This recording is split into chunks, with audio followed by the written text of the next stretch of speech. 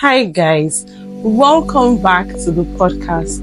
This is the Lux Conversations with Ololade and I'm super duper excited to have you here. Now, if you're a returning listener, you're a real G, and if this is your first time listening to my podcast, thank you so much. I really hope that you come back and stick around. Alright, so we're going to get right into the juice, the meat of today's episode. And on today's episode, we're talking about something that I feel a lot of us might be able to relate to, because in this age of social media, it's something that is bound to happen to you, something that you're bound to experience, at one time or the other. And what is it?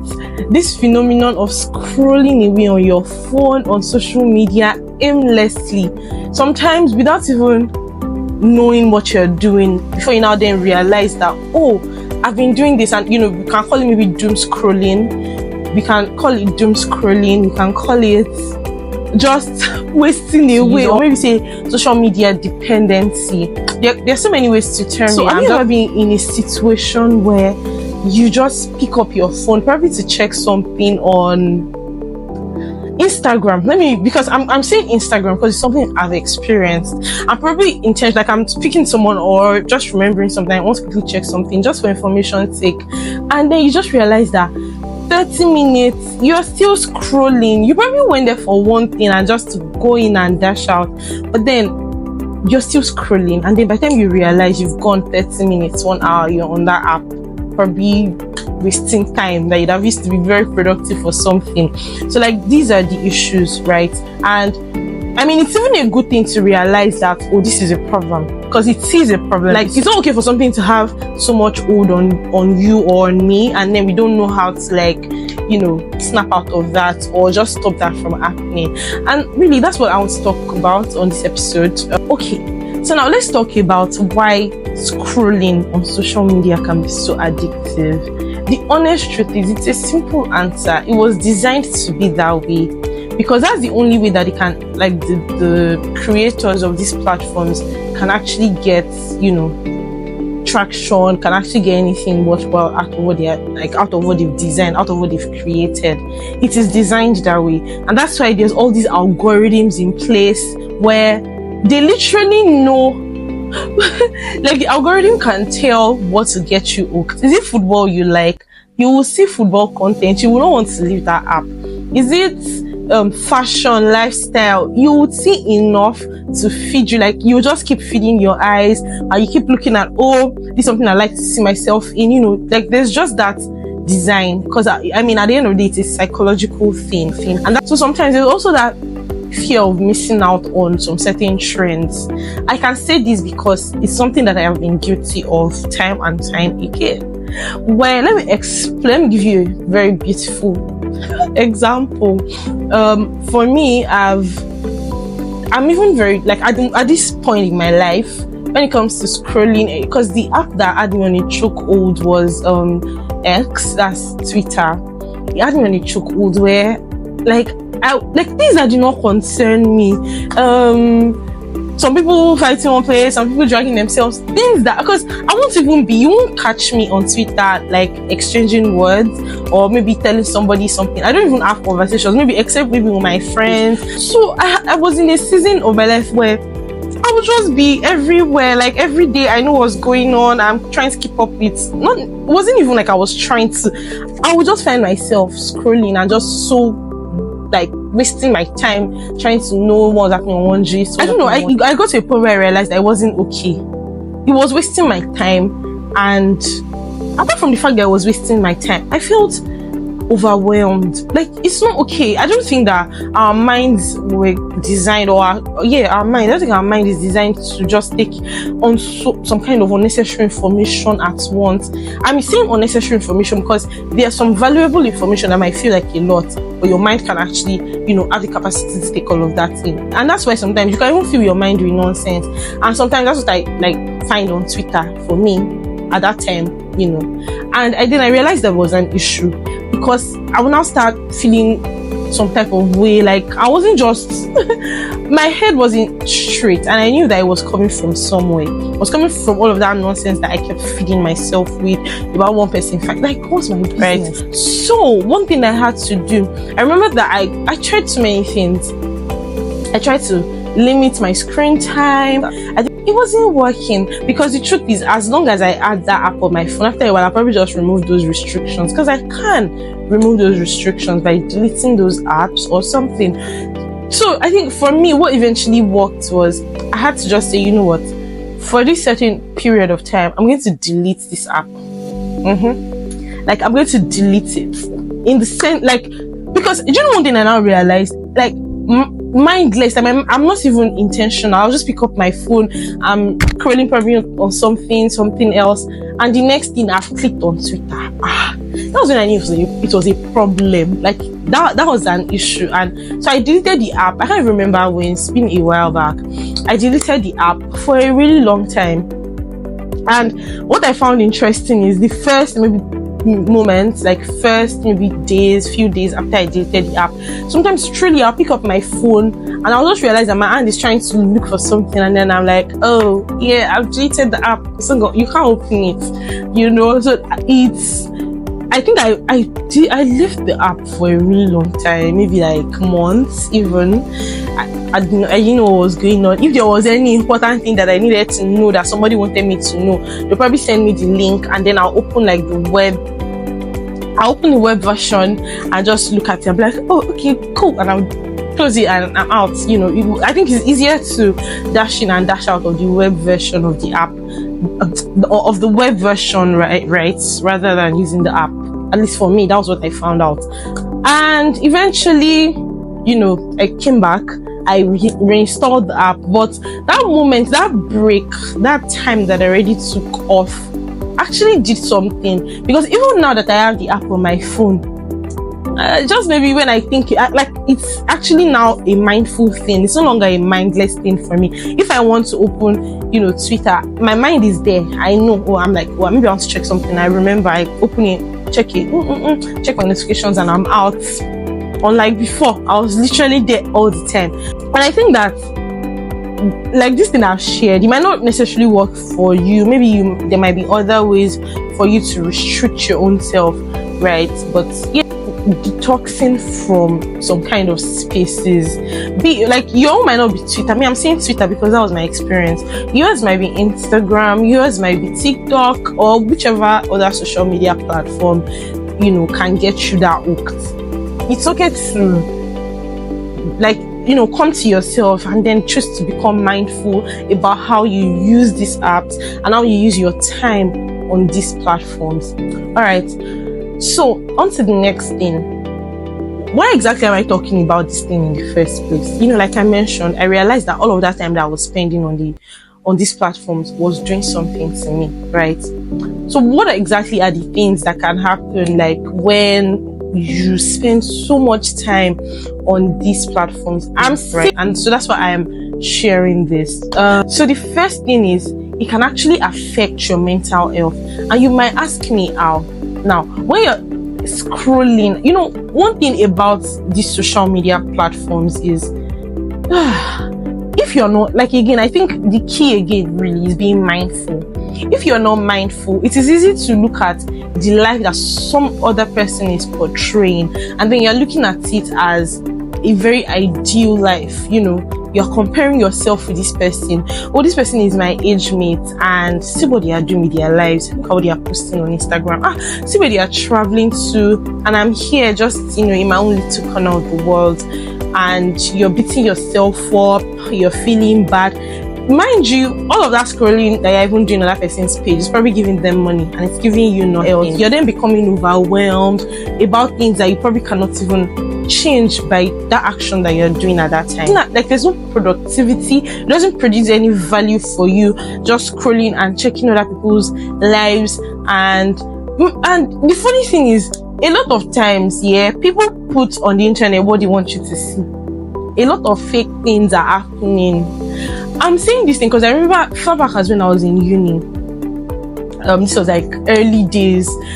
I I knew someone that would say things like, I don't want to mention names or anything, but like there was a particular celebrity that almost everybody was following, and this person would keep, referencing that celebrity and saying, look at how that person's life is, look at how that person's body shape is, everything fits. So then trying to just make it look like, oh, she doesn't look good. Like social media is it's entertainment, and it should just remain so for you.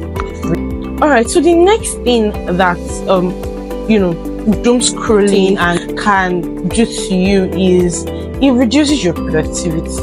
Now, the time that you are supposed to use to do things for yourself, that you're supposed to use to bring value to your life, maybe do your work, do your personal stuff, your side hustles, mid hustle, the way Nigeria has turned all of us to, or at least most of us to, time that you're supposed to use for all of that, you're then just using it to scroll on social media. I think it is more painful when you're spending so much time on social media and you're not making money from it in any way, or you're not getting any value from it. Yeah. Another thing that social media scrolling away and doom scrolling on social media, another way that it can affect you is in your relationships. And I think that this is the one that is even so it's everywhere. It's a problem where you would see two people, it doesn't even have to be two, three, like you're sharing with people, right? Your friends, family, and instead of being in the moment and speaking and talking, you realize that everybody's on their phone. And the funny thing is, someone might be talking to you and be like, oh, I'm having a conversation with you, but they're scrolling on their phone and they're like, yeah, I can hear you. That's human feel is much more reduced in situations like that. I am someone to, like, if I want to have a conversation with you, I would rather that you're looking at me. I'm not saying that I'm not guilty of it though, please, right? But I'm just saying, and I feel like a lot of us would probably prefer, right? If you're having a conversation with someone, you want them to look at you in the eye, speak to you, your friend that you've not seen in a while, you now finally get together, like, look at them face to face, look at their face into their eyes, right? And speak to them. So now that I've said all of that to share with you like how social media affects your productivity, affects your relationship, can also affect your mental health if not used properly and if not used mindfully, right? I will just share some tips on how you can actually take your control back, in the sense that you can actually use social media with your control. You can decide that, you know what, this is what I want to do, this is how I want to do it. So I'm going to just share some tips on how you can do that. Now, the first thing is to set boundaries. By setting boundaries, you could set boundaries for your phone, like on your phone itself, to say, oh, when you reach a certain screen limit, screen time, or when you've exceeded a certain screen time, the phone locks you out.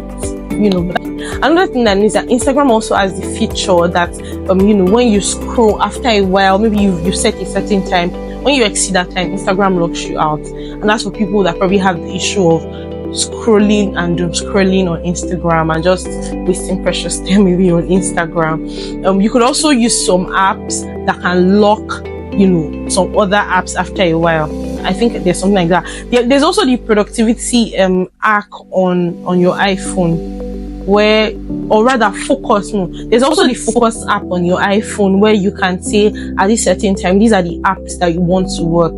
So I think that works for if you want to do things like, oh, in the mornings I don't want to open social media. In the evening before I sleep, I don't want to be caught using social media. So you can actually set time limits for these things. Alright, so another thing to do on social media is for you to curate your timeline. Maybe on Instagram, rather on Twitter, you can curate your timeline. On Instagram, you can curate your feed. I mentioned earlier that a lot of things that social media feeds you with, or would put on your For You page on TikTok, all of that, it's the algorithm, what you probably spend so much time doing. So if you are fond of spending so much time watching memes and just very some kind of content. I mean, every content is not content, but if you spend time watching a certain type of thing, it's very likely that that's what will be pushed to you. So curate your feed, block people that need to be blocked. If there are some people that all that they know in their lives is to speak or share negative stuff, I think that's another thing that I had to do at a point in time when this person doesn't ever have good things to say. I block you. Yeah, that's my strong, but I will block you. For my mental health, I will block anybody that I need to block, right? So yeah, block some people. Twitter. Another thing I did on X is to mute some words. And there's some words that I muted because I just don't want them popping. Like if there's any tweet that has that word, I don't want it on my timeline, And I think that's very okay. That's me setting boundaries. I don't want to see it. I want it away from my view. Yeah.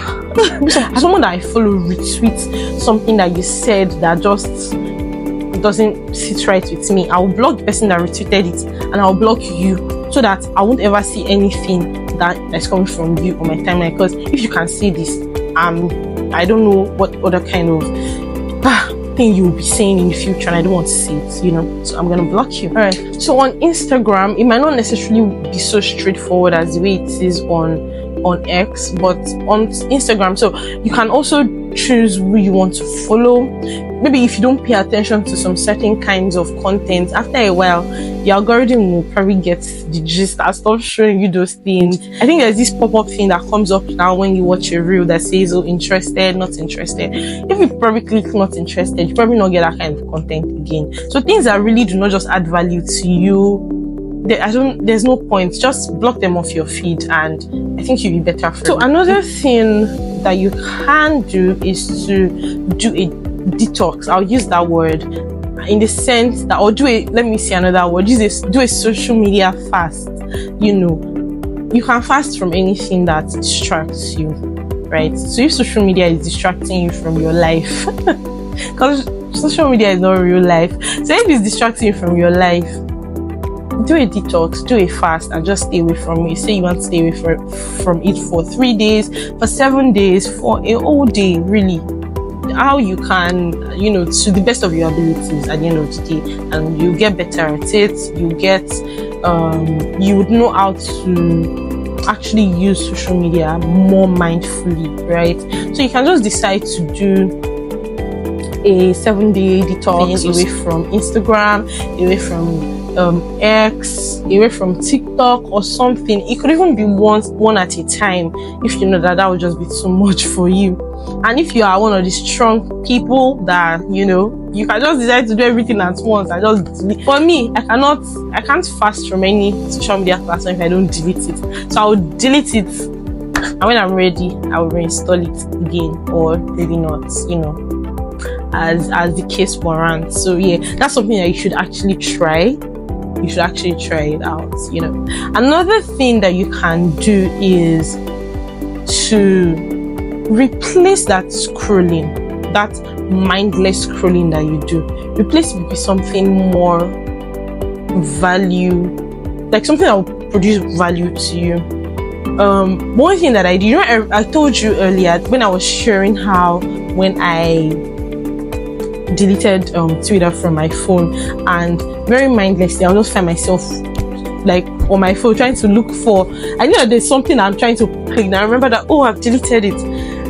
So what I did, and now there was a place where Twitter was on my own screen, and I replaced it with my Bible app, because at that time that was what I wanted to do. I wanted to spend more time, like you see that time that I was just going to be reading unnecessary gist on Twitter. Let me use that time to be reading my Bible. If I open it, even if I read 5 verses, 10 verses, it will enter my head. It would produce more value to me at that time. So for you, it could be any other thing. It could be that, oh, you want to journal, because at the end of the day, the fact that you have a phone means that you can actually do a lot with your phone. Your phone is not just for, mindlessly scrolling away on one social media platform. You can always write things down on your phone as they come to your mind. Sometimes, because it's not sometimes, a lot of times writing, when you write, it gives you more clarity on whatever it is that you're trying to write about. So yeah, that's another thing you can do. Or you use your Duolingo app. That app, that one that you've abandoned, that language that you've been trying to learn, that you've learned maybe 2-3 words and you've abandoned it. You know, you can pick that up. That time, that 5-10 minutes that you just probably gonna be reading a lot of sweat gist that not concern your Twitter. I need to learn French and Spanish. Alright, so with all of this that I've said, I just want to throw a challenge to you. I'm going to do it myself, right? So just try it, you know, for the next 7 days, probably after listening to this or anytime that you choose. Just decide that you want to stay away. But you know the app that you spend the most time on, that takes a lot of your time, right? Can you decide that, you know, for the next 7 days, I'm going to stay away? Just try to place a form of limitation on how much time you spend on that particular app that takes your time, and then, you know, replace it with something else, something much more valuable, something that will produce value for you, and then see how it goes, right? You can even share your progress with me or share the outcomes with me. I'll be more than excited to hear from you about it, right? Okay guys, that's it for this episode. And if this episode has helped you in any way, or you picked some tips or some insights, some nuggets from anything that I've said in this episode, please let me know in the comment section how, you know, it resonated with you. I want to hear from you. That's if you're watching on YouTube, right? And if you're listening on Spotify, please share. If you're watching on YouTube, you can also share. Subscribe to the channel, please. And thank you so much for watching, and I'll catch you in the next episode. Bye guys.